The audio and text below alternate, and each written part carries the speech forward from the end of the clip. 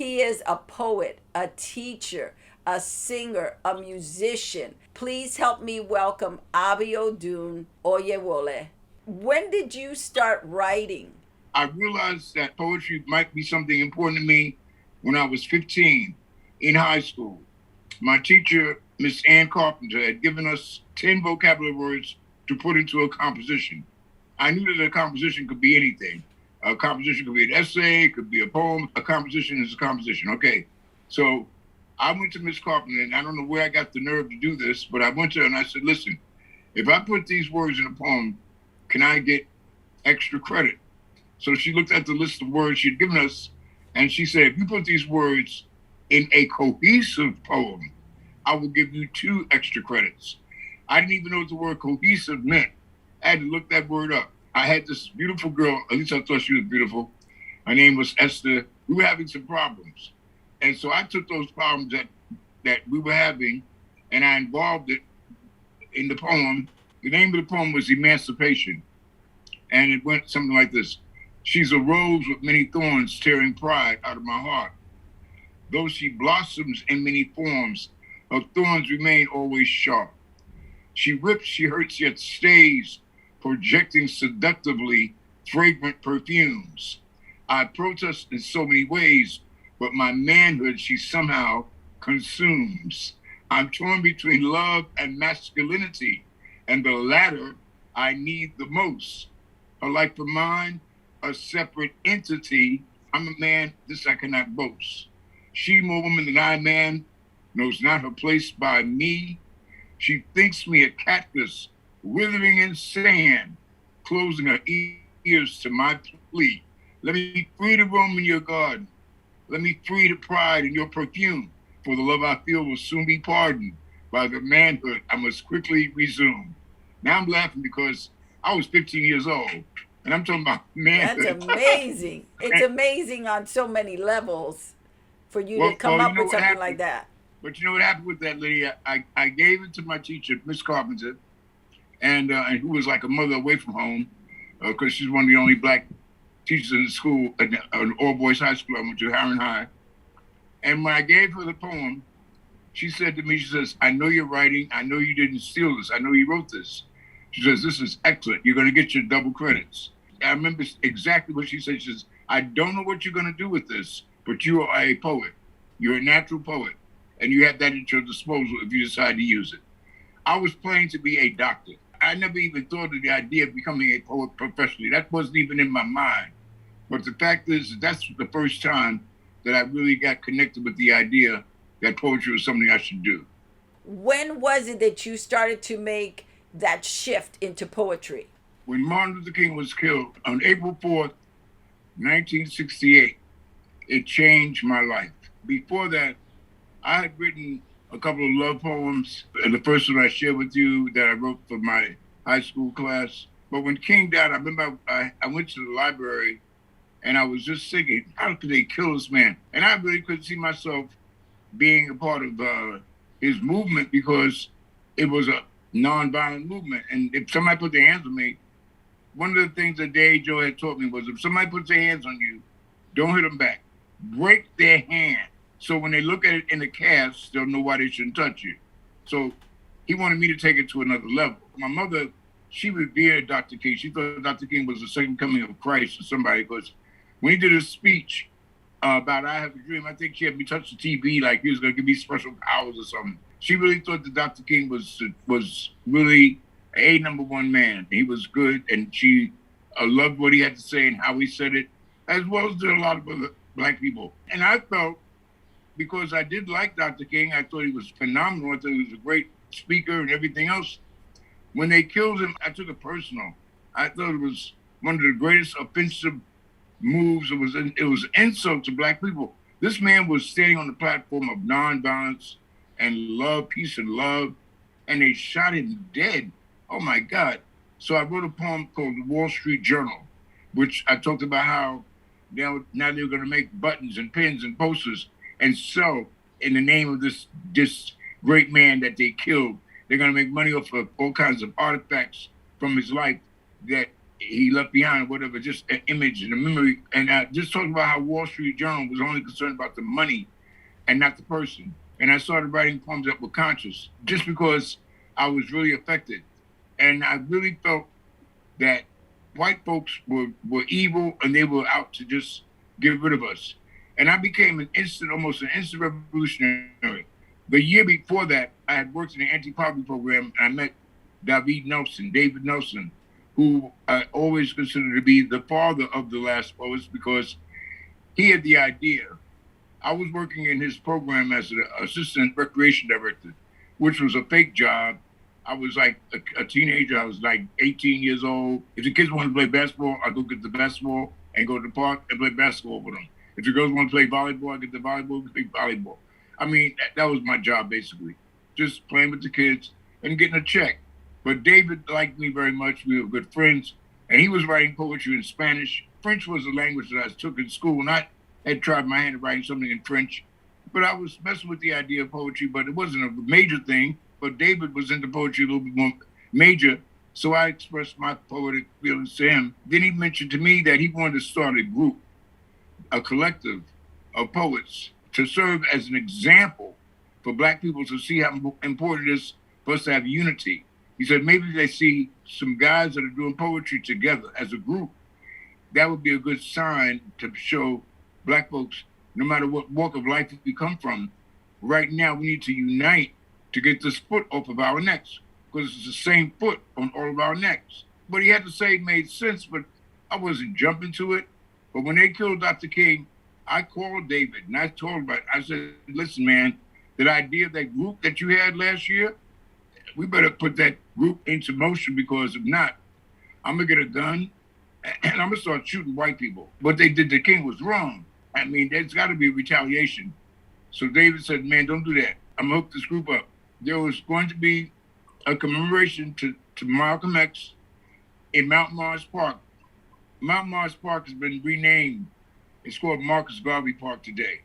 But at the time it was Mount Mars, 122nd and 5th Avenue. He had put my name and a guy named Gylan Kain's name and his name on a list to read poetry at the commemoration for Brother Malcolm on May 19th, which is just a month after King had been killed. When he said that we were going to read poetry in the park in Harlem, I felt good about it, but then I was scared to death. Because, see, Harlem has always been a place that's very intimidating. Harlem has always been one of those super Black places that was unapologetically Black. I mean, my folks came here every Sunday to go to church, and I was impressed looking at the arrogance of Black folks in Harlem. I mean, it just reeked of pure Black arrogance, like we own the world. And you just felt that. I mean, to be in a place where Black folks were walking around and dressed clean to the bone. I mean, we have style and grace. I was so impressed with just Harlem enchanted me. Now I'm going to read some poetry on a day that Malcolm X, who I did see one time in my life when we were going down past 125th Street, and my aunt was in the car with us, and she told my mother, she said, see that man over there? And when she told my mother to see the man, I looked over there. Malcolm was kind of tall, but he was, at that moment, he was talking to people, and he was on the stepladder. But we did go on stage and do poetry. I did not know what poem I could possibly do to appeal to the people of Harlem. And I did what I do now. I came to Harlem about 2 weeks before May 19th. I walked around Harlem. I listened to what people were saying. I watched their actions. I simply studied. I kept my mouth shut. I didn't know anybody. And I was just trying to find something that would tune me into the Harlem experience. I heard this expression, overtime. What's your thing, brother? Brother walking to another brother, say, what's your thing? And the brother might say, I'm a member of the Black Panthers, or I'm in the Nation of Islam. The answer would come, it always sounded like some affiliation to the movement. Like, what is your involvement with the movement? What are you doing to make this movement work? And so I realized thing was like some kind of revolutionary pronoun, where we were trying to organize ourselves and discover what roles we were playing. It makes sense because at that same time, Lydia, there was a song by the Isley Brothers called It's Your Thing. do what you want to do. So, and we've always had songs that kind of reflected our political sentiments. And it's very interesting how that happens because, well, that's just who we are. So I wrote a poem entitled, "What is your thing, brother? Is it a black thing? Will it save black women and children? Will it build a black nation?" Now, I'll be very honest, it wasn't what I call one of my poetic gems. It wasn't a great poetic poem, but it dealt with the questions of the day. It dealt with the situation of the time. When when I met Kain, we were in David's apartment, which was right across the street from the park. We were trying to get together how we were going to go on stage, because if he wanted to manifest us as a group, we had to look like a group and sound like a group for people to realize that we're a group. We're not just individuals. So I said we need to go on stage in a unified way. And I was hoping that maybe we could go on stage singing or something. Kain couldn't hold the note if you handed it to him. David's voice was kind of weak. I was the only one that could really sing. So I heard a chant at Howard University on television. And it was really kind of weird because I never heard anything like this on TV before. Howard University students were having issues with their president. The president's name was Nesbitt, and he was not a very well-liked president. And the students did not want him to be the president any longer. So they had made a dummy of him, and they had him hanging, an effigy of him hanging from a tree. And then around the tree, the kids were marching, and they were saying, "Beep, beep, bang, bang, Ungawa, Black Power, beep, beep, bang, bang, Ungawa, Black Power." And then they would stop that, and then they'd sing, "Are you ready, niggas? You got to be ready. Are you ready, niggas?" I had never heard niggas on television before. And they would say, "Are you ready, niggas?" It blew my mind. It was very strong. So now we're getting ready. Now me, David, and Kain are getting ready to go on stage here in Harlem. I figured you don't have to sing to chant. Anybody can chant. I said, why don't we go on stage chanting, "Are you ready, niggas?" And I said that because David's first poem was, "Are you ready, black people?" And Kain had a poem entitled, "Niggas are untogether people." And then I had a poem entitled, "What is your thing, brother?" So we were covering the whole nigga concept in different angles. And we went on stage chanting, "Are you ready, niggas?" By the time we got to the middle of the stage, I don't know how many thousands of people, but it was a few thousand people in the park that day. They were chanting, "Are you ready, niggas?" right along with us. So that was the first moment. We didn't have a name. The Last Poets, it was just three guys. But of course, we were the three guys that ultimately became the Last Poets. David Nelson was the one that he researched poems, one by Sterling Brown, Shorman, Keep On Coming.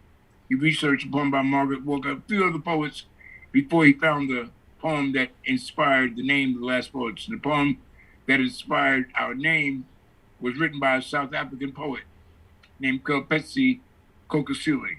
No one could say his first name, so he was known in the hood as Little Willie Kokosile. Very beautiful brother, a good friend, brilliant brother who became one of the ministers of culture in South Africa when Nelson Mandela became the president. And he also brought the Last Poets over there to South Africa. And when we went on stage, the entire audience actually recited the lines that gave us our name. Kokosile had a poem in a book, in an anthology called Black Fire. And in that anthology, the poem is entitled "Towards a Walk in the Sun." It's a poem describing the horrendous conditions that Africans had to endure during the apartheid regime, and where they had to walk around with their identity cards. If they didn't have ID cards, they go directly to jail. It was really sad the way they were treated in their own homeland. The poem breaks it all down. It gives you the horrible experience poetically, but you can tell the poet is agitated by this. So towards the end of the poem, he changes the font to bold letters, big bold letters, that says, "This wind you hear is the birth of memory.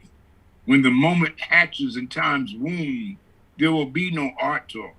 The only poem you will hear will be the spear point pivoted into the punctured marrow of the villain and the timeless native sun, dancing like crazy to retrieve rhythms of desire fading into memory."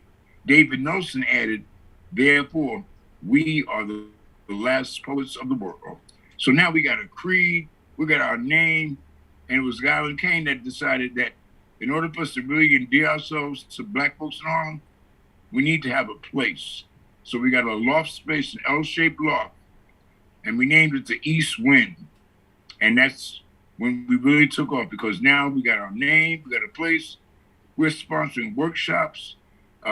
Felipe used to give the biggest political workshop in all Harlem. I mean, folks would go to school all day long up at City College and other schools, but they would not miss the workshop because Felipe is one of the greatest political analysts I know. For the audience that's watching, it's Felipe Luciano that was doing the political workshops. And he became the last poet as time went on, even though he had never written a poem.